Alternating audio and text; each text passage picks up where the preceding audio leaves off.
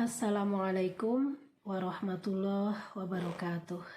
Bismillah, alhamdulillah, wassalatu wassalamu ala rasulillah wa ala alihi wa ashabihi wa mawalah.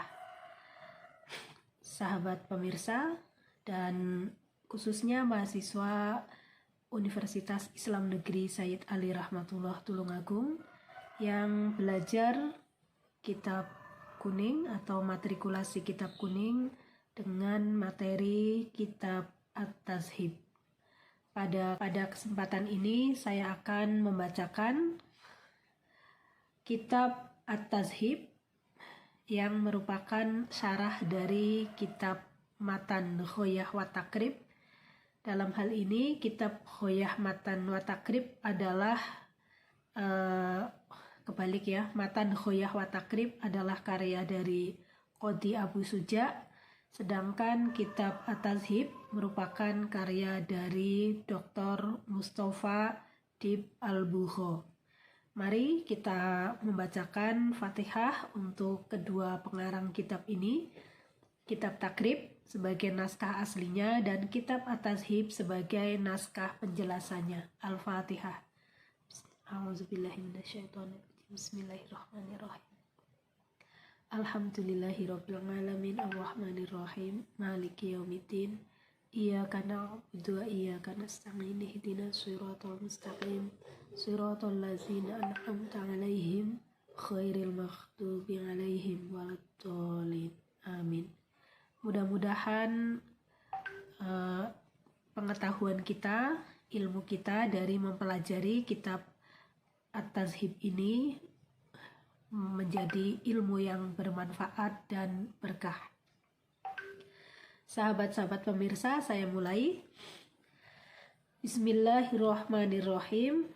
Al-aslu utawi asale atau utawi sumber hukume fi masyru'ayatil baini ing dalem den syariatakene dol tinuku iku ayatun ono piro-piro ayat. Minha iku setengah saking piro-piro ayat. Qauluhu ta'ala utawi dawuh Gusti Allah Ta'ala. Bismillahirrahmanirrahim. Wa ahallallahu al-bai'a wa harrama riba. Wa ahalla lan wis menghalalkan sopo Allahu Gusti Allah al-baina ing dol tinuku wa harrama lan wis mengharamkan sapa Allah ar-riba ing riba. Jadi al-aslu fi masyru'ayatil baini, sumber hukum atau dasar dari disyariatkannya jual beli di dalam agama Islam itu ada beberapa ayat. Salah satunya dari beberapa ayat itu adalah ayat 275 surat Al-Baqarah yang dalam kitab ini dipotong, maksudnya dipaparkan bagian yang menyebutkan tentang jual beli saja, tidak lengkap satu ayat karena memang bagian lain tidak tentang jual beli. Yaitu bunyinya Bismillahirrahmanirrahim wa ahallallahu al-bai'a wa harrama riba. Allah telah menghalalkan jual beli dan mengharamkan riba. Jadi saudara sekalian, ayat ini mengandung dua hukum, yaitu halalnya jual beli dan haramnya riba. Nah, mungkin ada yang bertanya, kenapa jual beli dan riba dijadikan dalam satu ayat? Nah, itu karena antara jual beli dengan riba terdapat persamaan di satu hal, yaitu sama-sama memiliki atau memungut tambahan dari harga pokok kalau jual beli. Jadi sebagaimana kita kenal dalam praktek sehari-hari, Kalau dalam jual beli itu dikenal dengan ada istilah keuntungan atau laba. Nah, misalnya seorang penjual itu kulakan barang, beli HP 1 juta, lalu dia jual menjadi 1.100.000 rupiah. Nah, tambahan 100.000 rupiah ini disebut dengan keuntungan atau laba. Dan dalam jual beli mengambil tambahan dari harga pokok yang disebut keuntungan itu hukumnya boleh. Sedangkan dalam riba itu adalah tambahan dalam menukar suatu barang tertentu yang di dalamnya salah satunya lebih banyak, salah satunya lebih sedikit. Nah, maka di sini juga ada kelebihan. Misalnya saya utang piutang dengan teman saya hutang ke saya 1 juta, lalu saya bilang mau saya menghutangi kamu, tapi nanti kembalinya harus 1.100.000. Nah, dia kemudian ya nggak apa-apa, nanti aku tambahin pas mengembalikan. Nah, dalam hal ini prakteknya mirip jual beli. Ada uang 1 juta, kemudian yang pertama tadi dibelikan HP lalu dijual jadi 1.100.000. Si penjual dapat untung 100.000. Sedangkan dalam contoh yang kedua, saya menghutangi 1 juta, minta kembalian 1.100.000. Di sini sama-sama ada tambahan 100.000 rupiah, tetapi diputuskan oleh Allah bahwa hukumnya berbeda. Keuntungan dari jual beli 100.000 halal. Pungutan 100.000 dari orang yang menghutangi kepada orang yang dihutangi itu namanya riba. Hukumnya haram. Nah, itu contoh tambahan dalam jual beli dan riba yang hukumnya berbeda. Kemudian saya lanjutkan, wa ahadisulan piro-piro hadis. Minha iku setengah saking hadis, ma utawi hadis, rawahu kang wis meriwayatkan sopo al-hakim. Rawahu kang wis ngriwayataken ing ma sopo al-hakimu hakim. Suila den suwuni pirsa sapa Rasulullah sallallahu alaihi wasallam, Rasulullah sallallahu alaihi wasallam, ayul kasbi, endi pekerjaan, atyabu kang paling bagus, atau atyabu kang luwih bagus. Faqala mongko ngendika sapa Rasulullah pangandikane, ngamalu rajuli utawi pekerjaan kang paling bagus yaiku nyambut gawene wong biyadihi kelawan tangane rajul, wa kullu baingin lan saben-saben dol tinuku mabrurin kang bener, kang bagus. Nah, ini adalah sumber hukum yang kedua atau dalil disyariatkannya jual beli yang kedua. Sumbernya adalah hadis. Bunyi hadisnya atau periwayat hadisnya adalah Al-Hakim, dan bunyi hadisnya adalah Su'ila Rasulullah sallallahu alaihi wasallam ayyul kasbi atyab. Rasulullah ditanya oleh seseorang, apa pekerjaan yang terbaik? Apa usaha yang terbaik? Nah, jawab beliau adalah amalur rajuli biyadihi wa kullu bayin mabrurin.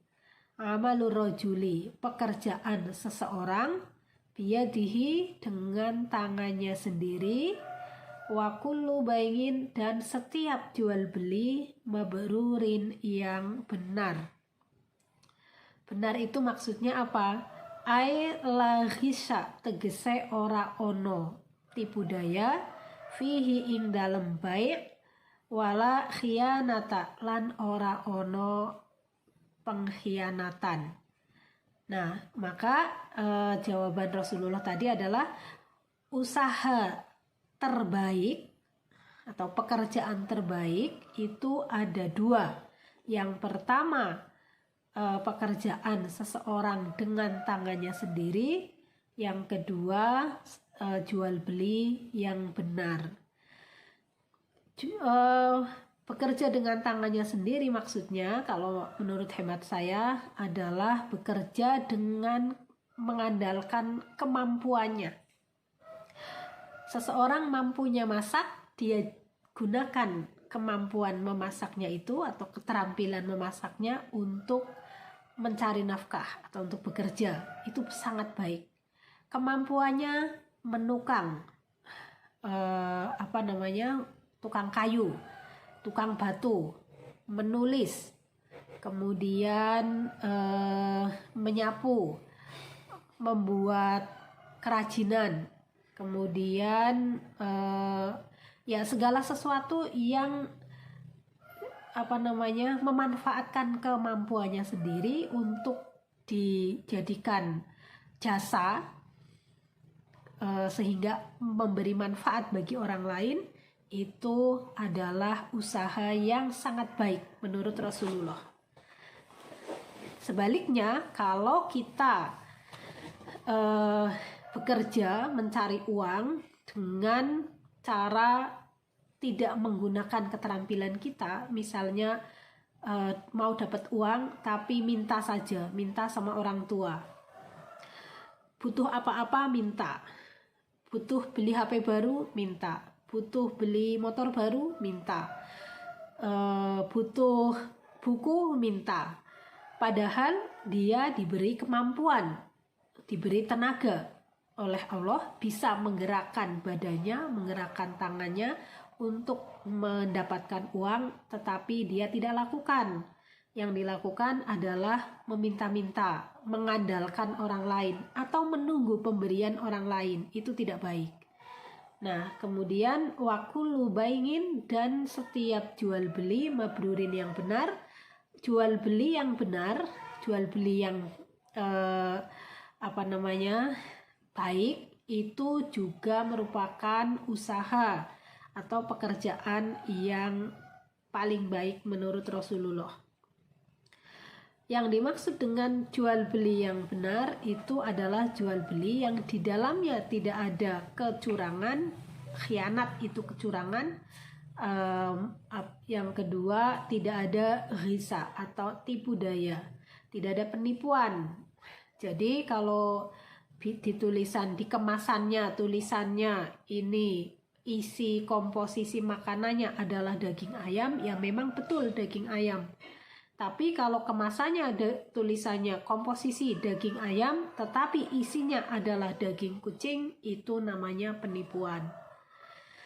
Kemudian kecurangan, tulisannya ini abon sapi 1 kilo, ternyata setelah ditimbang hanya 8 on, itu namanya khianat atau kecurangan. Nah, jual beli yang tidak baik berarti jual beli yang mengandung unsur penipuan serta kecurangan. Kemudian saya lanjutkan. Di dalam kitab Matan Khoyah wa Takrib disebutkan bahwa ada 3 jenis jual beli. Nah, jual beli yang pertama dan kedua halal hukumnya, yaitu jual beli barang yang bisa dilihat sama-sama oleh penjual dan pembeli. Yang kedua, jual beli yang menyebutkan ciri-ciri khusus, spesifikasi tertentu, seperti jual beli online, itu hukumnya juga boleh. Nah, yang ketiga dalam kitab Matan wa Takrib disebutkan jual beli yang barangnya ghaib atau tidak ada. Hukumnya tidak boleh. Nah, maka dalam kitab Tashib ini dijelaskan alasannya kenapa nggak boleh. Nah, alasannya adalah li'annahu krono temen setuhune dol tinuku barang kang ora ono iku khororun khoror. Ae fihi tegese ing dalem jual beli ghaib khotorul khishi utawi tipu daya, bahaya tipu daya, wal khidangi lan tegese tipu daya. Waqad naha lan temen-temen wis mencegah sopo Rasulullah sallallahu alaihi wasallam an bayangil khorori saking dol tinuku kang samar.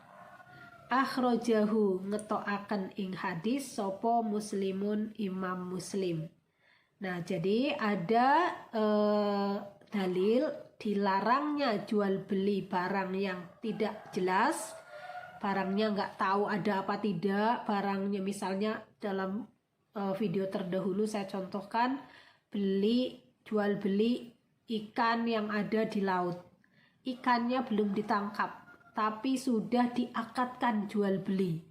Ikannya entah misalnya saya jual ikan paus yang ada di laut sedangkan ditangkap saja belum. Kita tidak bisa memastikan apakah nanti bisa menangkap atau tidak. Nah, yang seperti itu tidak jelas, nggak boleh. Jual beli bintang di langit, entah bintang itu seperti apa, kita belum pernah melihat secara dekat, tidak bisa diserah terimakan dan sebagainya, itu kan tidak jelas. Nah, yang seperti itu hukumnya tidak boleh, dikarenakan Imam Muslim meriwayatkan hadis waqad naha Rasulullah sallallahu alaihi wasallam an bainil khorori.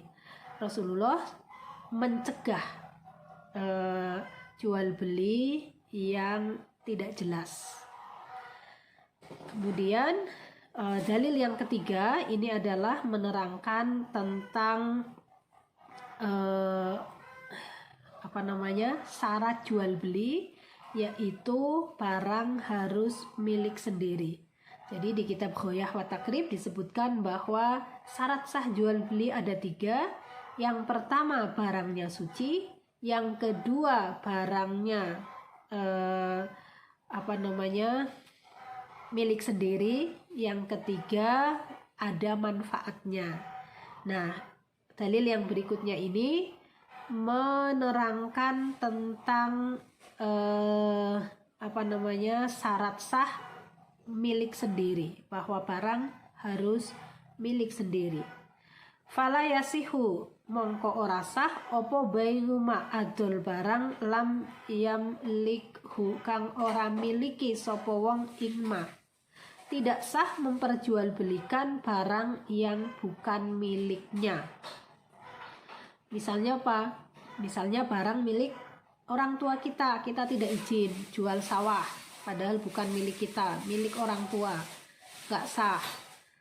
Jual barang wakaf, barang sudah diwakafkan, misalnya untuk masjid, ada buku-buku lalu kita jual. Nah, itu juga tidak sah karena bukan milik kita.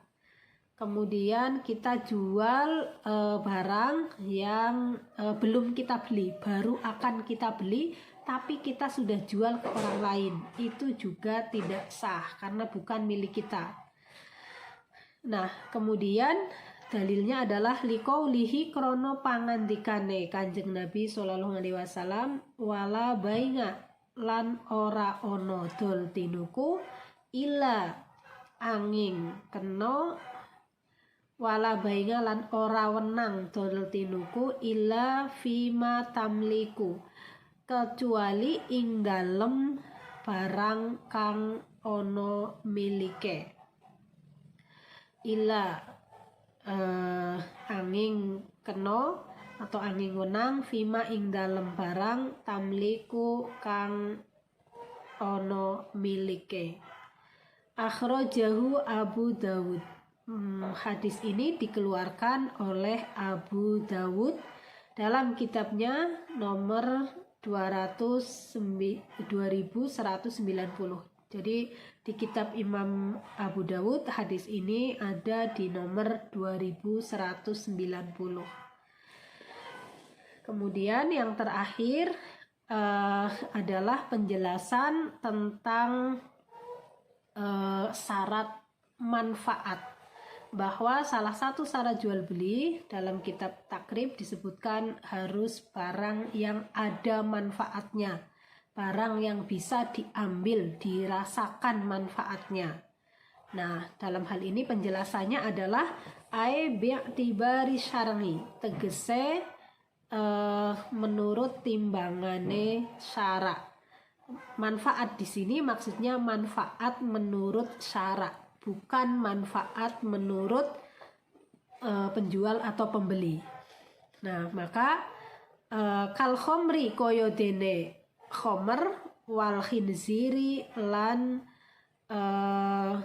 babi wal wa'alatil lahwi lan perangkat-perangkat dolanan wanah wiha lan sepadane khomer, khinzir lan alatul lahwi. Maksud dari penjelasan ini adalah barang-barang yang tidak ada manfaatnya menurut syara atau menurut agama itu tidak boleh diperjualbelikan. Nah, contohnya arak, minuman beralkohol. Nah, itu menurut orang yang biasa minum mungkin ada manfaatnya, bisa menghangatkan badan, bisa menyenangkan, bisa membuat ngefly, menyenangkan. Nah, tetapi menurut syara itu tidak ada manfaatnya karena bisa merusak otak. Jadi bukannya bermanfaat tapi malah membahayakan. Nah, itu tidak boleh. Babi mungkin ada manfaatnya bagi seseorang, yaitu untuk lauk. Nah, tetapi menurut syara babi itu haram dimakan, jadi memperjualbelikannya juga dianggap tidak ada manfaatnya. Wa'alatil lahwi dan perangkat mainan. Mainan di sini maksudnya mainan yang bisa membuat kita terlena. Games misalnya, jual beli alat games yang bisa membuat kita lupa sholat, bisa membuat kita lupa belajar, lupa kewajiban-kewajiban yang lain, lupa menyapa orang, lupa menyapa tetangga. Nah, itu juga disebut sebagai alat-alat yang tidak berguna. Dalam pandangan hukum syara, jual beli alat-alat yang tidak berguna itu tidak sah. Nah, dan sejenisnya.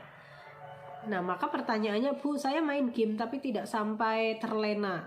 Nah, di sini maka menjadi ada subjektivitas. Bagi seseorang, game itu hiburan saja, maka hukumnya jadi boleh. Tapi kalau bagi orang lain, hukumnya itu bisa menjadikan dia lupa diri, lupa waktu, lupa makan, lupa tidur, lupa sekolah, dan lupa semuanya. Nah, itu bagi dia menjadi haram karena bagi dia itu tidak ada manfaatnya. Nah, jual beli khomer bisa juga bagi konsumen, jual beli narkoba ya, misalnya zat-zat terlarang yang oleh undang-undang kita dilarang, itu kalau saya yang beli atau saya yang jual itu nggak ada manfaatnya. Nah, tetapi kalau yang jual beli adalah pakar medis yang butuh untuk bius misalnya, nah buat mereka itu boleh. Nah, maka di Indonesia juga begitu, diatur penyalahgunaan narkotika itu dilarang. Tapi penggunaan narkotika secara benar, yaitu untuk kepentingan medis misalnya, kepentingan penelitian, itu boleh. Nah, maka dalam hal ini kalau saya yang jual beli narkoba jadi haram, kalau dokter yang jual beli narkoba buat kepentingan pekerjaannya kepentingan penyembuhan pasien menjadi halal. Nah, jadi demikian sahabat-sahabat pemirsa dan saudara mahasiswa, mudah-mudahan materi ini bisa dipahami dengan baik dan bisa kita pedomani dalam melakukan muamalah sehari-hari, khususnya dalam berjual beli. Terima kasih. Wallahu a'lam bishawab. Mohon maaf atas segala kekurangan. Wallahul muwafiq ila aqwamit thoriq. Assalamualaikum warahmatullahi wabarakatuh.